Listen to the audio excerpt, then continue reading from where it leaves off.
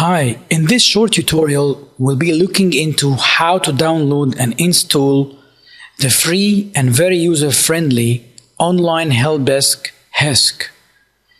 Any business would need to have an extension to its current customer service into an online channel, and HESK will provide you with this in a very easy and very nice way. Let's move on. Now, as you can see, we'll go to www.hesk.com in order to actually download and install that nice software. Click on download. It will just give you a question to make sure that you're not a robot or a spammer. Answer the question, click on download, save the file on your desktop. Now, before we do anything with the file that we've downloaded, we would need to go on and create the database that we will use with HESK. So what we need to do, you need to go to your hosting control panel, the one that you go to whenever you need to do any operation on your website. And it will depend from a hosting provider to another, but they're all similar. So from the control panel, what you need to do is to find out how can you create a new database. And you need to give this database a name and of course a password, so only you can access this database. It sounds a bit too technical or complicated, but it's actually very easy to do, as we will see from the current screen.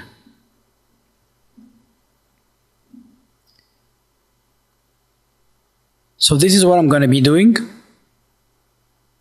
I've given it a name, a unique name, of course, it has to be unique, and a password. Now,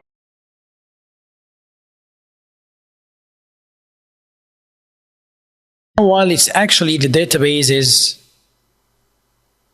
being created, I'll go to my desktop and find the zip file that I've downloaded in the previous step, the HESK zip file, and I will need to actually extract this file to a folder on my desktop. Okay, so you will need like a WinZip or WinRAR or any zip application.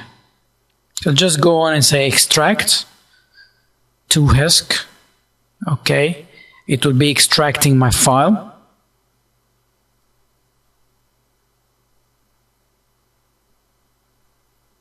Right, now once this file is extracted on my desktop, I will have to go into that folder and go find another folder called doc.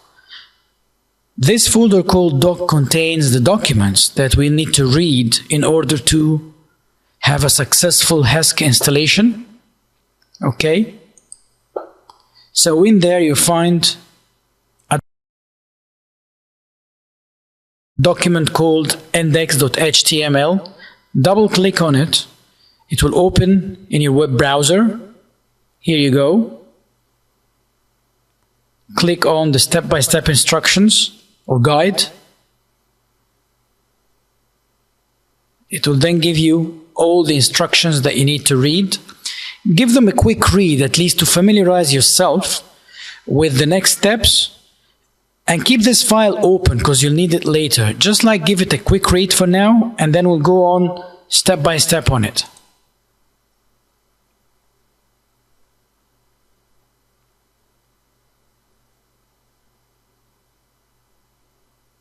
So here we are, reading these instructions, scrolling down.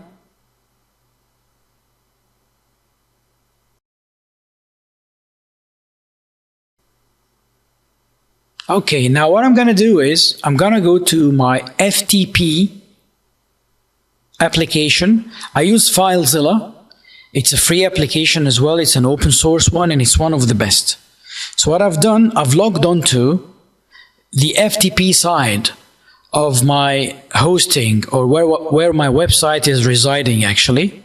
And what I'm going to do now, I'm going to create a new folder, and this is where I'm going to be installing my help desk. So what will happen if I go to the root, as you can see here, and say create a new folder or new directory? I will give it a name, right? I will name mine Help Desk.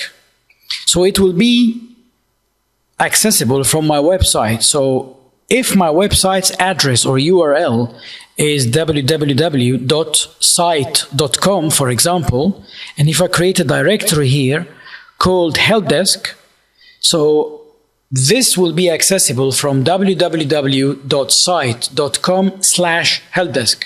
So that's exactly what I'm doing right now.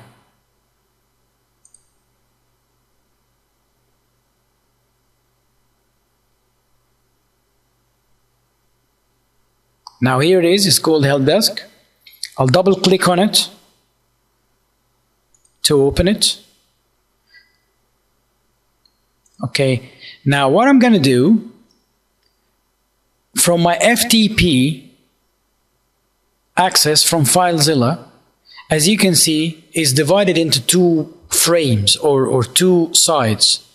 One side is showing me what's on my server, and the other side is showing me what's on my desktop, right? So I need to go from the server side to the correct directory to make sure that I'm actually sending the files that I need to the right directory.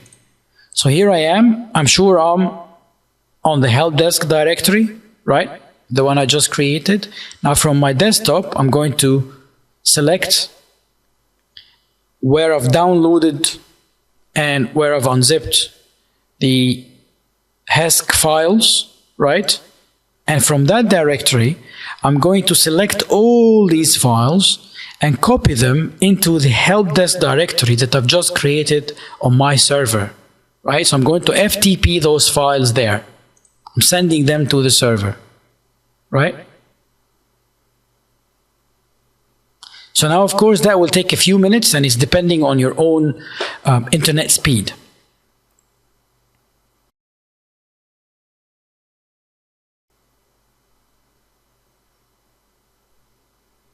Okay, now the next step is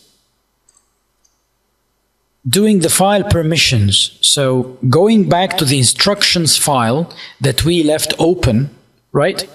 And it's telling you that some file and some other directory need a specific permission. Now, in order to install correctly, of course. Now, what you do is you right-click on the file and go to permissions, or the directory, of course. And this is exactly what we're going to do now. So now we'll right-click on the file, the correct file, as per the instructions. Okay. Now go to the permissions, and you will see that you need to enter a specific number like 666 or 777. That's all what you need to do. You enter that number, right? And you say OK. That's it. So the permission will be set on your server for that specific file. Now, when you do the directory or the folder, there's a little trick, because what you want to say, as you will see now, you want to also give permission to any file which is inside this folder to inherit that permission. So there's a little trick, a little box to tick here. Okay? See, it says like apply to all files. That's what I'm going to do. So I'm going to put the right number, which is 777, and then I'm going to say apply to all subdirectories and other files and so on, and then just say OK.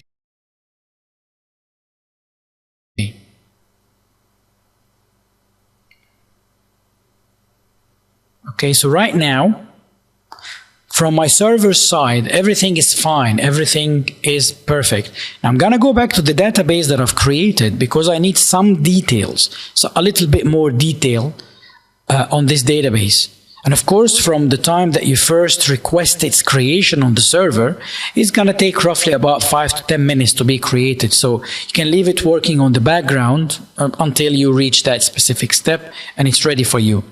Now, again, each host provider is different from the other, but you'll always find in front of every database that you've created on your server, you always find like a little button to click to edit or to view some details, right?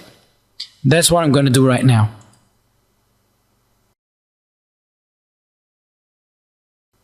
So click here, and look, it will give me all the details that I need. Okay? So what I'm going to do now, as per the instructions, you need to go to yoursite.com/helpdesk, or if you have named that specific folder something else, right? /install. So don't do it /helpdesk and stop. It's got to be /install. And all this instruction again is on the file that you've left open. So it's there. This is what I'm going to do. Okay. See here? I would say new install. Click on new install. It will give me the license and all this text that you need to get a look at. Then say, scroll down, say yes, I agree. Here you go. And it will show you then that everything on your server is ready for the installation, right?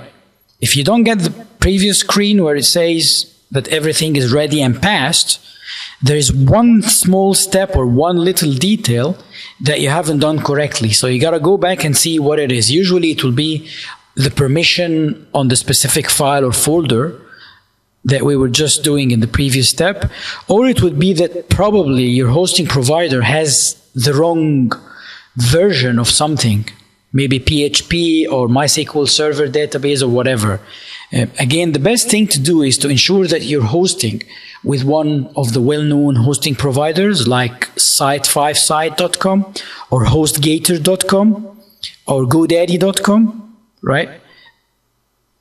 What I'm using right here is GoDaddy. I wouldn't normally recommend it for everyone because you need to be a little bit technical in order to do the things that you need to do easily with GoDaddy, which is much, much easier if you're using Site5Site or HostGator. But at the end of the day, they all give you the same result. Okay, so see, now it's asking me for the details, the specific details, which were the details that I've uncovered just like a minute ago, right? So I'll just go on and copy the host name, the full host name. I'm having a bit of trouble copying it in full, so I'm going to copy it up to .co and then add the M later. So you see what I'm going to do? I'm going to paste it right here in the database host. Okay, it's .com, of course, so I've got to add the M now.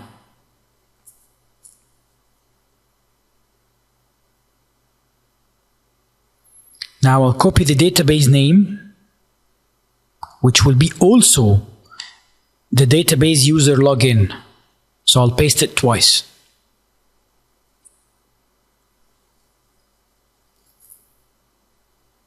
And then the password, whatever that is, whatever you've chosen. When you created your database, you would have chosen a password, right?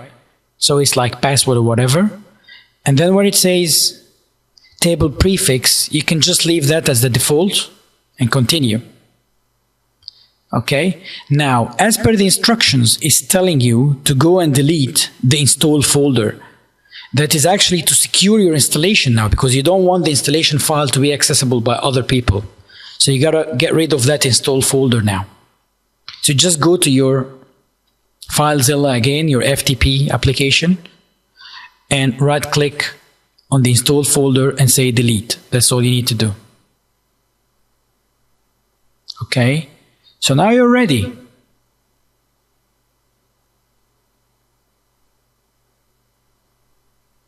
Just follow the instructions step by step to the end.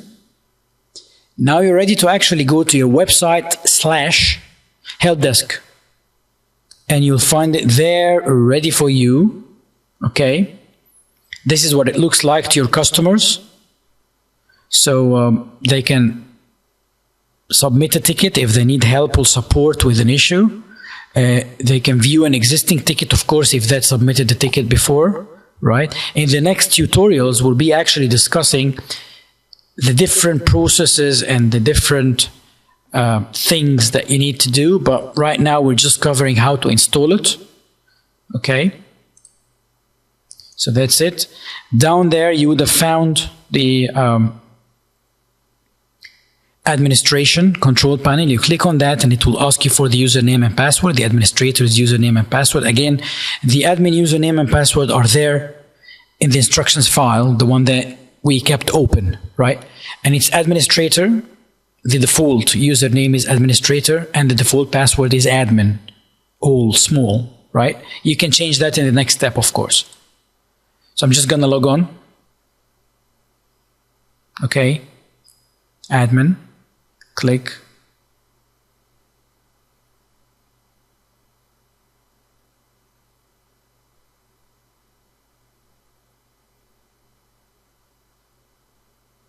Right, here we are, successfully installed HESK. Everything is there, right? You've got a few tabs, a few screens to show you the different options.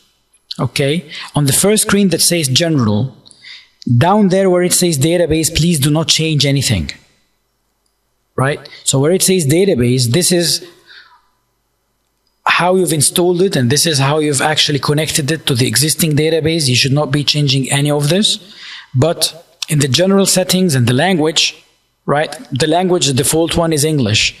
HESK comes with various support for other languages, but the default one is always English, right? And then the general settings, you can start putting or inputting the general settings there. So what's the name of your website and what's the email for the support, the email that your customers should be using in order to email you questions or requests and so on. Okay, so just play around, show you like the different options now that it's installed. Okay, different options that you can select. It's all in the documentation anyway, in the docs folder. Yeah, and this is the profile where you need to go and change your password and username if you want. So you don't want to keep it as admin, administrator and admin. Okay, you can keep the account as administrator, but you have to change the password to something a little bit hard to guess, so only you can administer the help desk. And then if you want to add users, from the top options bar there where it says home, users, categories and so on, you can go on and add a user. So you can add a new administration user, your own name and a different password. Okay, so here are the different options. What's the signature that you want, and you know, the default signature, what's your email address and so on. Okay, and that's it basically. Enjoy, and I hope that you will be able to deliver a much better customer service now that you have